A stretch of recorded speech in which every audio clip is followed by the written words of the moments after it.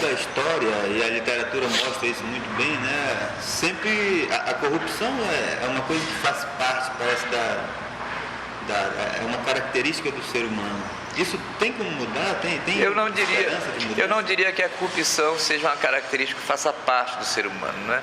Eu penso que a corrupção ela surgiu dentro do processo de constituição da própria sociedade humana e se tornou muito mais intenso, muito mais agudo na medida em que se estabeleceu a diferenciação muito grande entre as pessoas, né?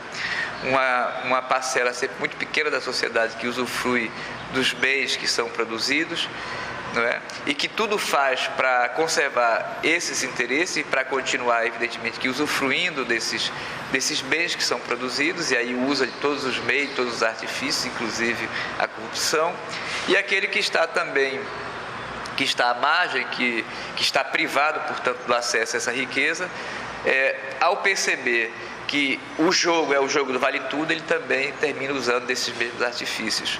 De modo que eu acho que essas questões, essas características gerais do ser humano, elas se desenvolveram ao longo da história. O que não significa dizer que todas as pessoas na sociedade são assim. Nem todas as pessoas são assim. Então você não pode dizer que esse é um traço do ser humano.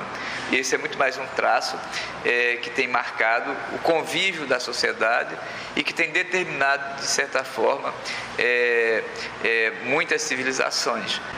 Mesmo nas sociedades em que há um índice muito alto, portanto, de corrupção ou de desencontro entre a sociedade e os seus governantes, o que dá para perceber ao longo da história também é que sempre houve uma resistência muito grande de setores da sociedade contra essas formas que eu considero inadequadas de convivência social. O que eu já pude aprender até aqui observando isso é que a corrupção ela destrói a sociedade, ela mina a sociedade. De modo que eu penso que é fundamental que se encontre forma de combater isso, não que vá acabar, mas de combater e colocar isso dentro colocar isso dentro de uma sistemática que possa ser controlada pelo Estado de Direito, pela lei, até porque isso é benéfico também para a própria cidadania. Eu li uma frase sua esta semana que dizia o seguinte: não existe vida sem transformação, sem coragem, e não existe futuro também sem um gesto de ousadia e de negação do passado. Qual é a dose de ousadia que é necessária na sociedade brasileira para a gente dar um salto de mudança? Eu penso que a mudança, como eu já falei, é fundamental e uma das coisas mais difíceis também é mudar, né? O ser humano tem medo do novo, o ser humano tem medo de construir experiências novas, de viver experiências novas. Então ele se acomoda ao que ele já tem, se acomoda à sua rotina, à sua vidinha, tem medo de perder aquele pouquinho. E às vezes você tem que perder tudo mesmo, tem que perder tudo para viver o desafio de recomeçar tudo, né? E isso exige coragem.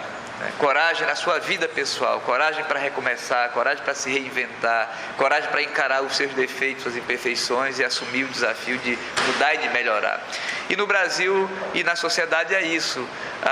As pessoas de boa vontade, as pessoas comprometidas, as pessoas que gostam desse país, as pessoas que sonham com um mundo diferente, com um mundo melhor, com a sociedade melhor, elas precisam ter esse ato de coragem, que é o ato que vivemos neste país hoje, o ato de sair às ruas, o ato de cobrar, o ato de não ter medo da polícia, o ato de não ter medo de cara feia, o ato de não ter medo da mentira dos governantes, o ato de não ter medo do poder e, sobretudo, um ato de profunda coragem, de acreditar que nós somos capazes de mudar este país para melhor, né? A coragem de acreditar no novo, a coragem de acreditar no futuro, a coragem de acreditar que nós todos unidos, nós podemos fazer deste país um país melhor. Isso é um ato de profundo desafio, de profunda coragem.